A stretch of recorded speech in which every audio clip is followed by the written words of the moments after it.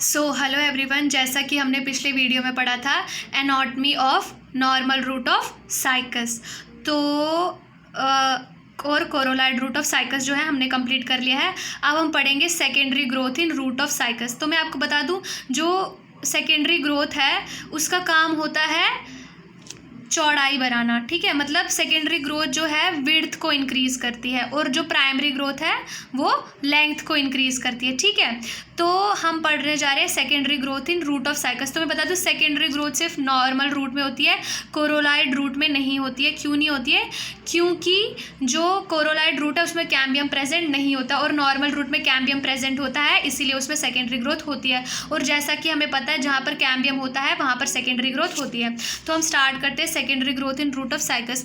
तो क्या होता है, जो कैम्बियम, देखो जो कैम्बियम है उसकी जो स्ट्रिप्स होती हैं वो जो है वो स्टार्ट हो जाती है develop. Process begin with the development of arc shaped strips of cambium on the inner side of phloem.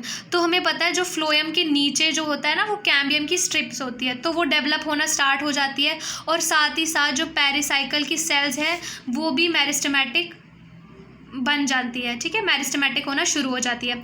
अब क्या हो जाता है कि जो पेरिसाइकिल की सेल्स है प्लस जो हमारा क्या है आर्क शेप्ड स्ट्रिप्स है कैम्बियम की, ये दोनों जो है ये ज्वाइन हो जाती है, ठीक है। तो हमारी पेरिसाइकिल की सेल किसके साथ ज्वाइन हो जाती है? कैम्बियम की स्ट्रिप के साथ, और बनाती है कैम्बियल रिंग। उसके बाद जो है अब ये कैम्बियल रिंग बन गया। अब कैम्बियल रिंग जो है सेकेंडरी जाइलम प्रोड्यूस करता है इनर साइड और सेकेंडरी फ्लोएम प्रोड्यूस करता है आउटर साइड, ठीक है। अब क्या है, कुछ सेल्स जो है कॉर्टिकल रीजन की वो भी मेरिस्टेमेटिक होना स्टार्ट हो जाती है और फंक्शन करती है एज ए फेलोजन, ठीक है, जिसको हम कहते हैं कॉर्क कैम्बियम, ठीक है।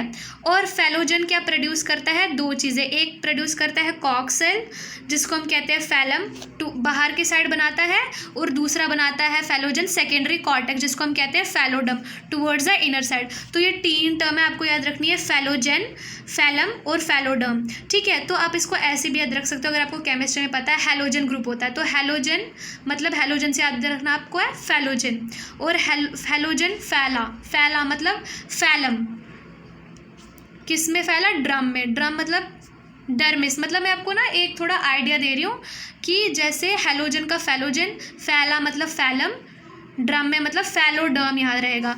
तो फैलोजन, फैलम और फैलोडर्म इन तीनों को मिलाकर हमारा बनता है पैरिडर्म। इन तीनों को मिलाकर